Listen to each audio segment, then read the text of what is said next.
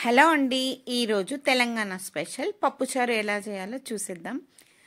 ఆంధ్రాకి సాంబార్ ఎంత ఫేమస్సో తెలంగాణలో పప్పుచారు కూడా చాలా ఫేమస్. మన ఇంట్లో చికెన్ మటన్ ఏదున్నా ఏ ఫంక్షన్ కన్నా పప్పుచారు అనేది కంపల్సరీ. ప్రతి ఒక్కరు ఇష్టంగా తింటారు ఈ పప్పుచారు. ఇది చేయాలంటే చాలామందికి చాలా పెద్ద టాస్క్ లెక్క ఫీల్ అవుతూ ఉంటారు, కానీ చాలా త్వరగా సింపుల్గా చేసేసుకోవచ్చు. నేనైతే ఒక చిన్న గ్లాస్ అంతా పప్పు ఉడకబెట్టి రుద్ది పక్కన పెట్టేసుకున్నాను.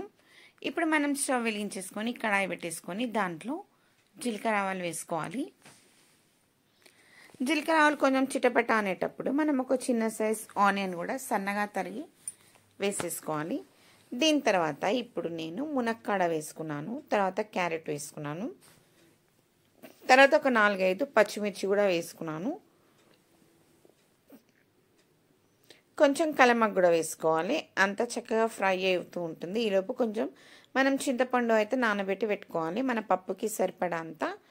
ఇప్పుడు ఈ పీసెస్ త్వరగా ఉడకాలంటే కొంచెం సాల్ట్ అయితే వేయాలి. సాల్ట్ వేసేసి మనం మూత పెట్టేసుకొని ఫ్రై అయిన తర్వాత ఇప్పుడు కొంచెం అల్లం వెల్లుల్లి పేస్ట్ వేసుకున్నాము. మీకు కావాలంటే ఒక 4 ఎల్లిపాయలు కూడా వేసుకోవచ్చు. మీకు నచ్చితే అల్లం వెల్లుల్లి పేస్ట్ కూడా వేసుకోవచ్చు. నేనైతే అల్లం వెల్లుల్లి పేస్ట్ వేస్తాను.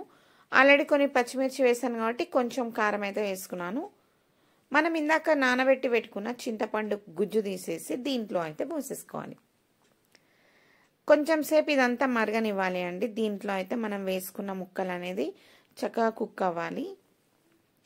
ఇప్పుడు కుక్ అయిపోయిన తర్వాత మనం ఇందాక రుద్ది పెట్టుకున్న పప్పును కూడా దీంట్లో వేసేసుకొని ఒక 5 మినిట్స్ మనం మరగనిచ్చామంటే టేస్టీ పప్పుచారు అయితే రెడీ అయిపోతుంది.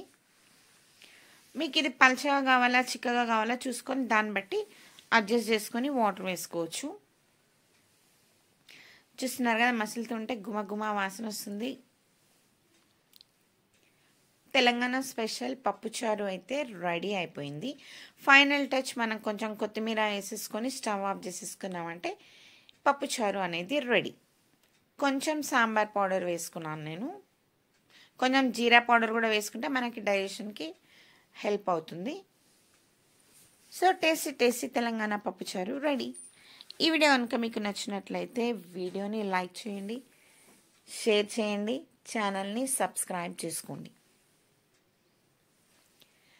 గుమగుమలాడే ముక్కల సాంబార్ రెడీ.